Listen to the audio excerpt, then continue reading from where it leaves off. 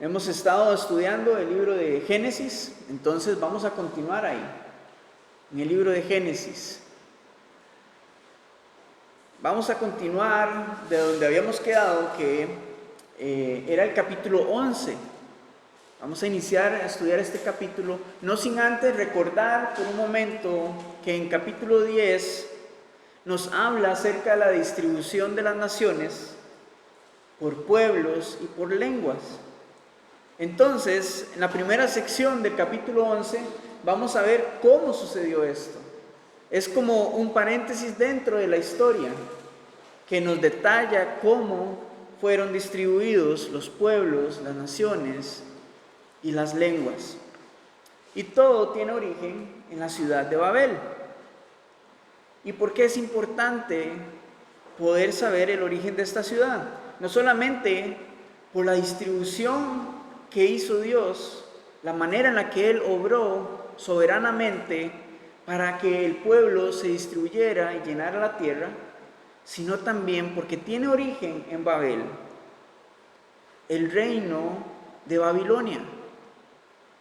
Un reino que traería opresión, esclavitud al pueblo de Israel y que también en el libro de Segunda de Reyes iba a traer destrucción sobre la ciudad de Jerusalén.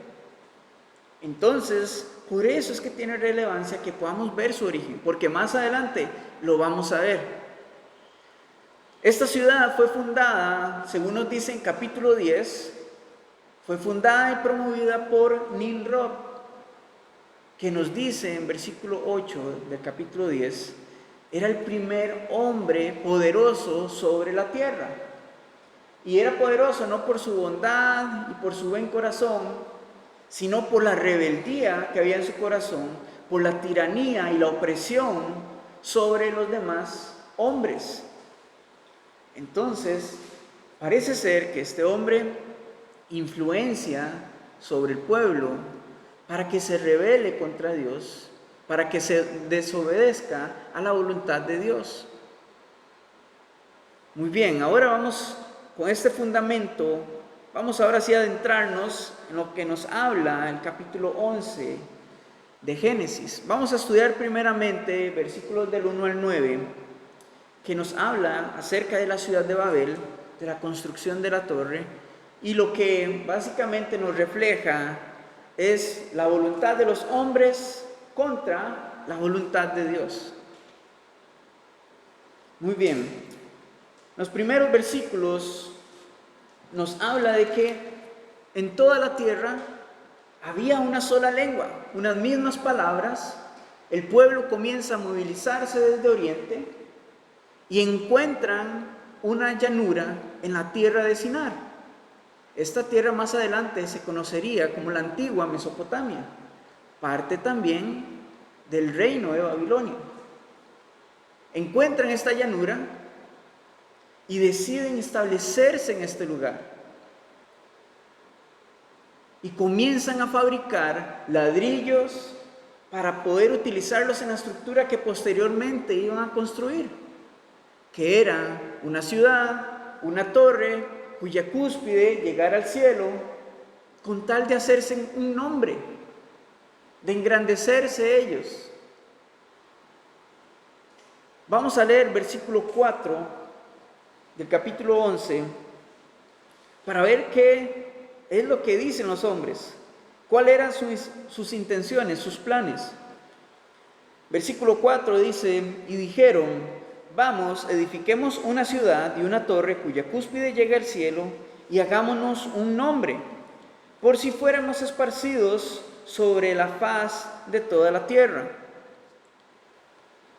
Cuando comenzamos a ver los materiales que ellos iban a utilizar, ladrillo en lugar de piedra, asfalto en lugar de mezcla, el asfalto es el mismo material que la brea, mismo material que sería utilizado para el arca de Noé, para que fuera impermeable, para que el agua no entrara al arca y le permitiera flotar. Entonces lo que vemos acá es que ellos están utilizando estos materiales porque seguramente pensaban que de alguna manera iba a haber un diluvio, iba a haber nuevamente alguna inundación. Sabemos que Dios hizo un pacto con Noé y con la creación, de que no iba a traer más destrucción a través de aguas de diluvio. Así que estos hombres no estaban confiando en la promesa, en el pacto de Dios. Eso lo podemos ver. Pero también, esta última frase que dice en versículo 4, por si fuéramos esparcidos sobre la faz de toda la tierra, en su texto original da a entender de que ellos no querían ser dispersados, no querían ser esparcidos por sobre la faz de la tierra. Y estaban tratando de resistir a como fuera lugar la voluntad de Dios. ¿Cuál era la voluntad de Dios? Capítulo 9, versículo 1. Cuando Noé y sus hijos salen del arca, la instrucción de Dios fue bien clara, la misma que le dio a Adán y a Eva. Multiplíquense, fructifiquen y llenen toda la tierra. ¿Y cuál es la escena que vemos acá? Todo lo contrario. El hombre en su rebeldía y en su desobediencia están resistiendo a Dios y están edificando un monumento a su orgullo, a su soberbia, no solamente con la ciudad, sino también con la torre. Y podríamos decir que esta torre era una manifestación física de lo que había en sus corazones. Rebeldía, desobediencia, orgullo, soberbia, porque vemos cómo estaban tratando de resistir a como diera lugar la voluntad de Dios. No querían, ellos solo querían permanecer juntos, eran sus planes. Pero sabemos de que Dios es soberano y poderoso. Y por eso es que a partir del versículo 5 en adelante, el Señor, nuestro Dios, obra para que sus propósitos y sus planes se cumplan. Ahora, podemos hacer una pausa acá, porque lastimosamente, hoy podemos apreciar las mismas características en los corazones de los hombres, no solamente de los no creyentes, sino también de hermanos de la fe, que saben cuál es la voluntad de Dios, que conocen su palabra, pero se resisten a ella. Y en lugar de acercarse al Señor con corazones humildes, arrepentidos, se alejan y construyen una torre de orgullo y soberbia para resistir a su voluntad. Y esto lo que refleja es la rebeldía de los corazones. Y esto es lo que está sucediendo actualmente con nuestras vidas, a nuestro alrededor. Entonces es como un reflejo, un espejo de lo que muchas veces ocurre en nosotros. Cuando no tomamos en cuenta la voluntad de Dios y queremos imponer nuestra voluntad, hasta nuestra manera. Sabemos lo que dice la palabra de Dios, pero esta es la manera en la que queremos vivir. Esto es peligroso para nosotros. Por lo que vemos en versículo 4, ellos sabían que la voluntad de Dios era llenar la tierra. Por lo tanto, su desobediencia no era por ignorancia, porque ellos estaban conscientes y sabían cuál era el mandato de Dios, pero prefirieron confiar en la obra de sus manos, prefirieron confiar en su propia sabiduría, en su propio entendimiento, que en lo que la palabra de Dios les estaba diciendo. Prefirieron confiar en la obra de sus manos que en el pacto que Dios había hecho con la creación. Lastimosamente, son prácticas que vemos actualmente en nuestras vidas, dentro de la iglesia. Pero hermanos, tenemos la palabra de Dios y la gracia y la misericordia de nuestro Señor, que nos ha dado el Espíritu Santo para ser guiados por Él a toda verdad, para ser guiados hacia su voluntad. Ahora vamos a ver cómo Dios frustra los planes que van en contra de su voluntad. La soberanía de Dios.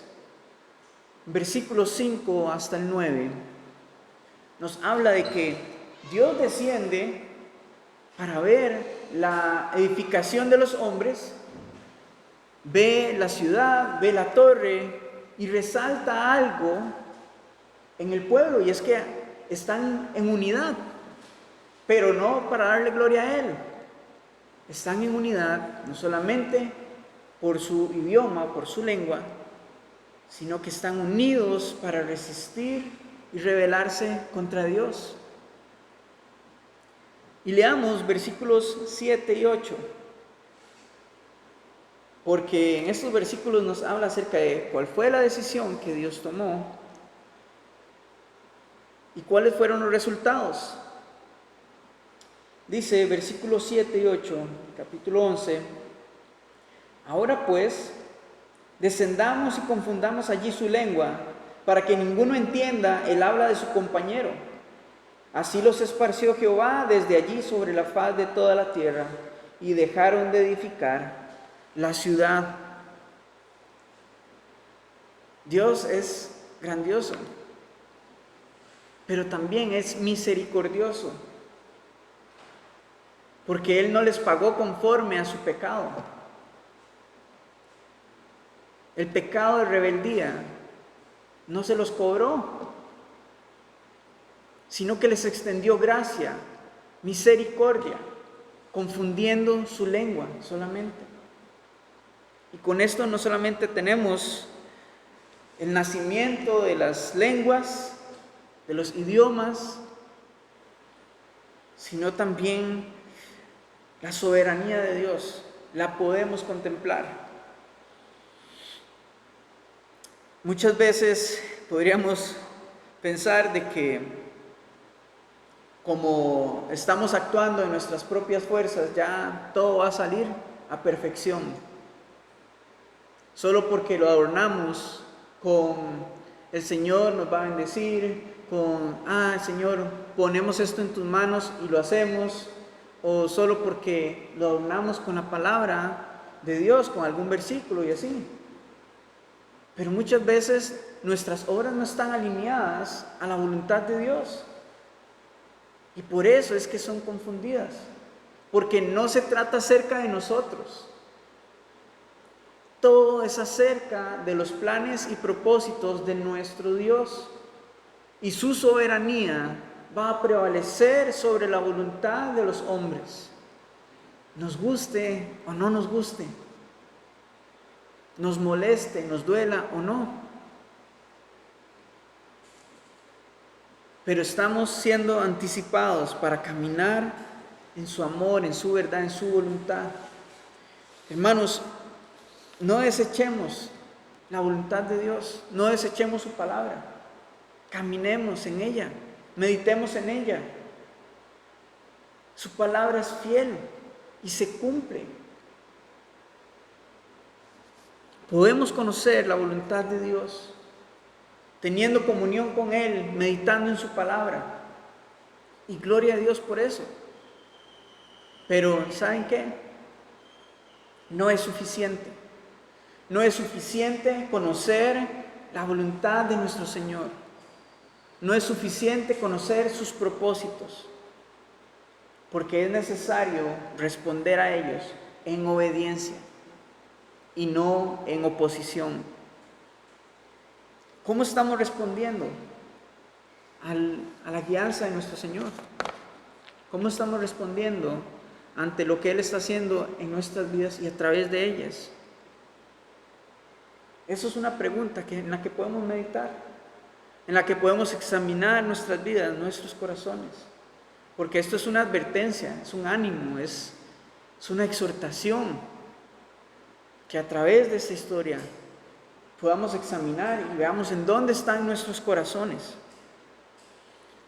Ahora vamos a continuar con el contraste del corazón rebelde y desobediente a la diferencia que marca Dios en la vida de aquel que rinde su vida a Él, que cree en su palabra, que camina en obediencia y en fidelidad, guiado por su voz.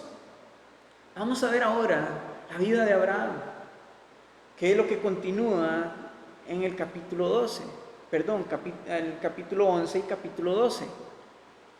Hasta acá, hasta este capítulo, hemos visto los orígenes de la humanidad a través de 4 acontecimientos: la creación, la caída del hombre, también el diluvio y por último la dispersión de los pueblos, nacimiento de las naciones.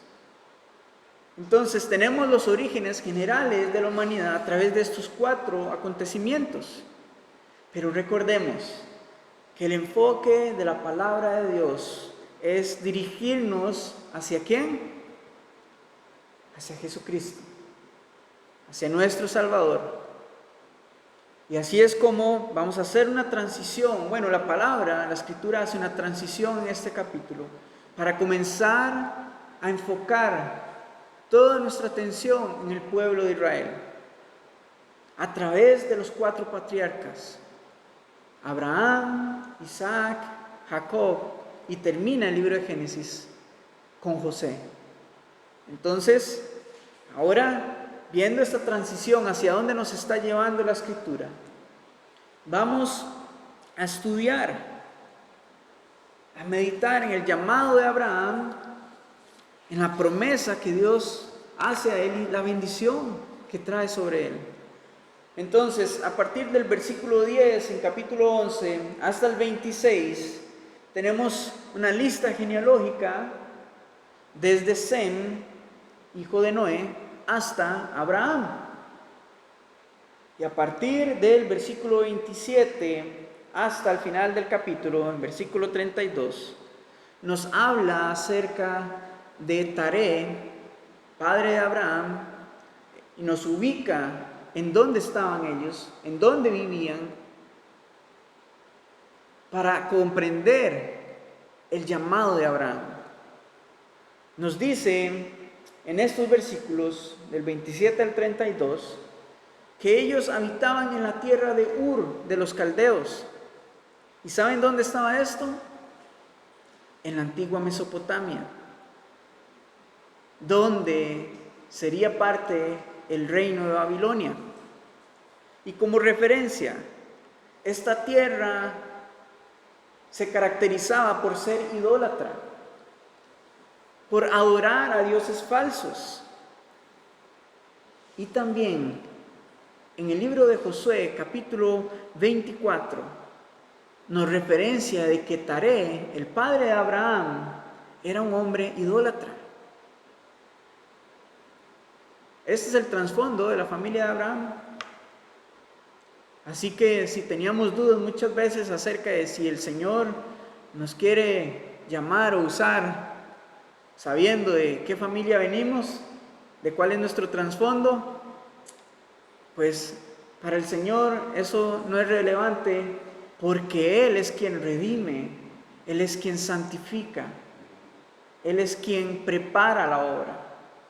Y en su soberanía vemos que Él llama y escoge a Abraham de entre una familia idólatra, lo llama para cumplir su plan, para cumplir su propósito de que a través de su linaje viniera el Salvador.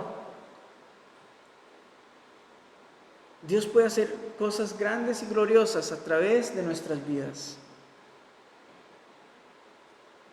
porque todo es acerca de Él, es acerca de nuestras capacidades o habilidades. Él solo busca nuestra obediencia, nuestra fidelidad, nuestra fe. Eso es lo que Él busca en nosotros, para involucrarnos dentro de su obra. Amén. El llamado de Abraham sucede durante este tiempo en el que él está en tierra de Ur, pero nos detalla más acerca de esto en el capítulo 12. De nuevo, no es algo cronológico, es como un paréntesis dentro de la historia de la vida de Abraham. Entonces, mientras él estaba en Ur de los caldeos, con su familia y la casa de su padre, etc., Dios lo llama ahí. Entonces, vamos a leer los primeros 3 versículos del capítulo 12.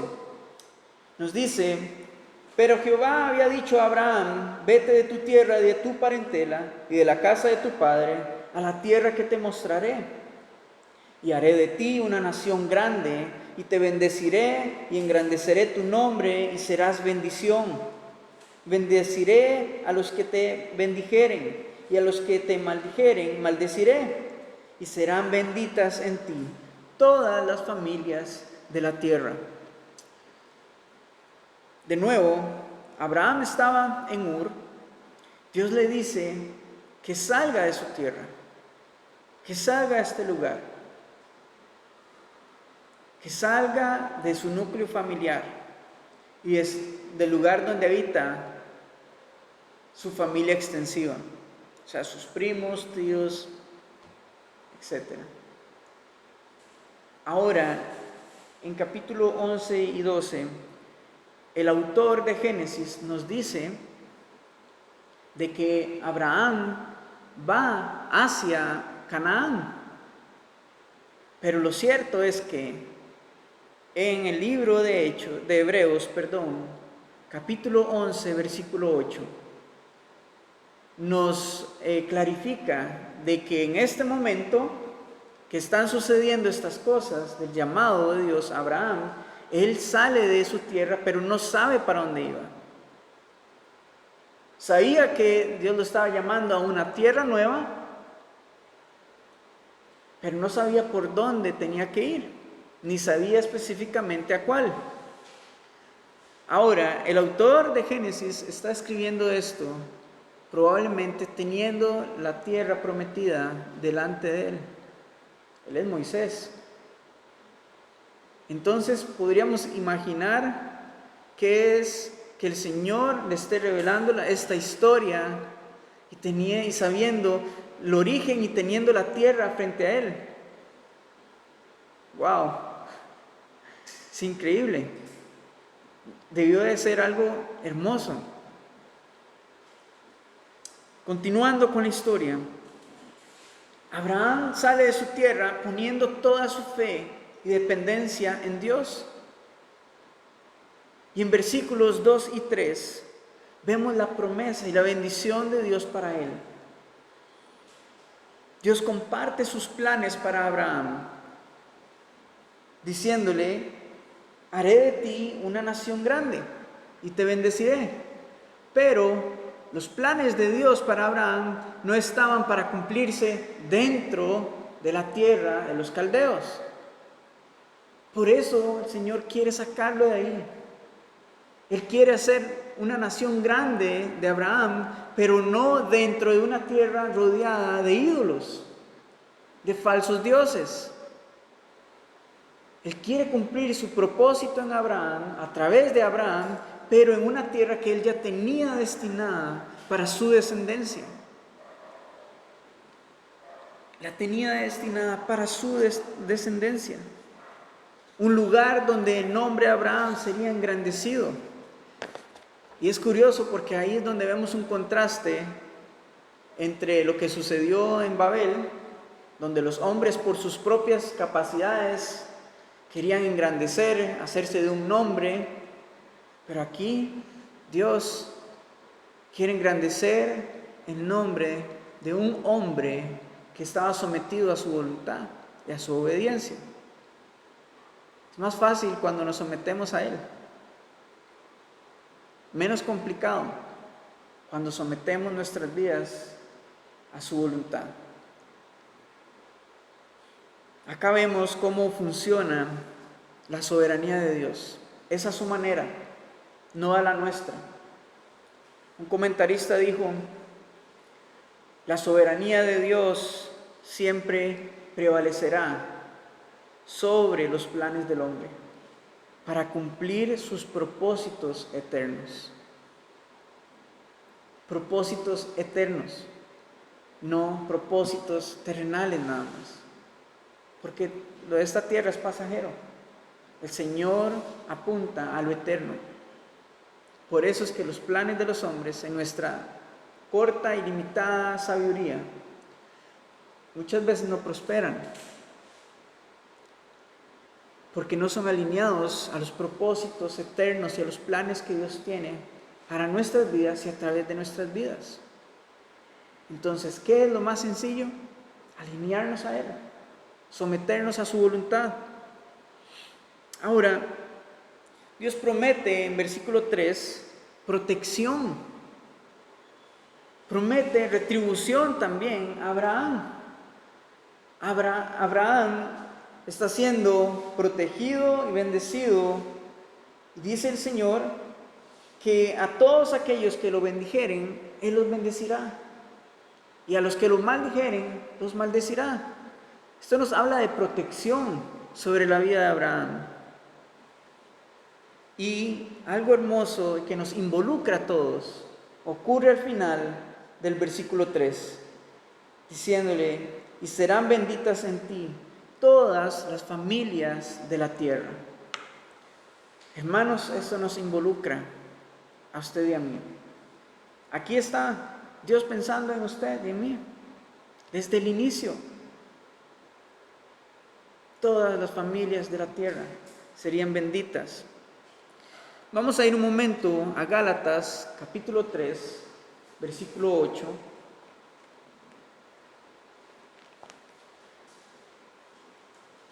Gálatas 3, versículo 8.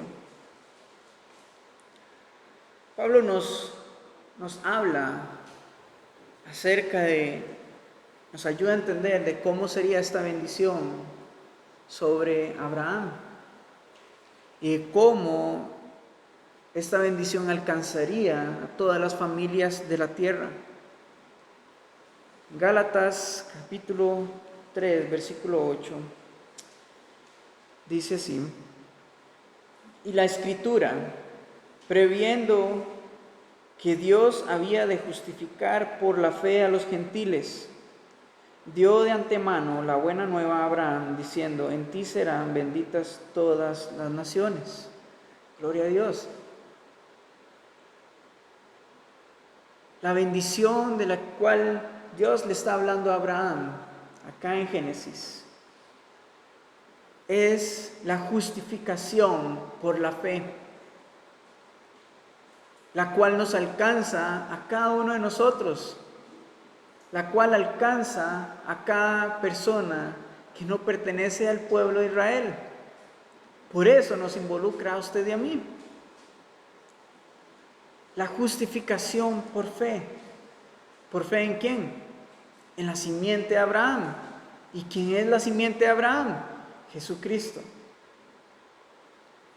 A través de Jesucristo, todas las familias de la tierra tienen la bendición de poder alcanzar salvación poniendo su fe en Él. Salvación y justificación. Por eso es que hoy toda persona que ponga su fe en Jesucristo también recibe justificación para vida eterna. Y la sangre de nuestro Señor Jesucristo tiene el poder redentor de alcanzar a cualquier pecador que se arrepienta. A cualquier pecador que se arrepienta. No importando su trasfondo, la sangre de Cristo es la que justifica, la que salva, la que limpia y redime y santifica todo para una nueva vida a través de Él. Entonces, hermanos, podemos ver cómo El Señor desde el inicio está apuntando hacia nuestro Salvador. Y cómo su soberanía es perfecta y sus planes para nosotros son perfectos y son buenos en gran manera, con propósitos eternos. En versículos 4 y 6, del 4 al 6, en este capítulo 12, nos relata nuevamente cómo fue que Abraham sale de tierra de Ur con su padre, con su mujer y con Lot, su sobrino. Algo importante acá es que si recordamos el versículo 1, lo que le dice, cómo inicia el llamado hacia Abraham, él le dice: vete de tu tierra, de tu parentela y de la casa de tu padre, hacia la tierra que te mostraré. Entonces, Abraham ya había salido de su tierra, estaba cumpliendo, estaba siendo obediente, había dejado su familia y la casa de su padre, pero ¿quiénes iban con él? Taré, su padre, y Lot, su sobrino. Las dos representaciones de su parentela, o sea, de su familia extensiva, y su padre pues representaba la casa de su padre. ¿Qué podemos ver con esto? Que el Señor estaba llamando a Abraham hacia una nueva vida, para un propósito eterno. Pero estaba jalando con él cosas que lo anclaban a su antigua vida. ¿Cómo podemos aplicar esto en nuestra vida ahora?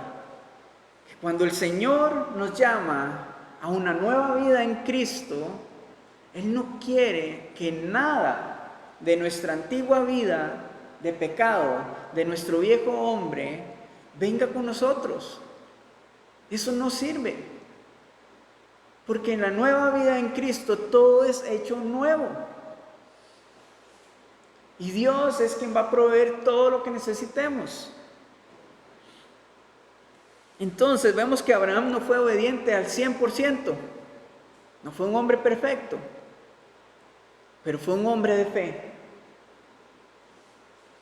Fue un hombre de fe y siguió la voz de su Señor hasta que llegó a Canaán. Algo importante también es que en Canaán, cuando Dios comienza a hablarle acerca de la promesa, Él ve que la tierra está habitada por los cananeos.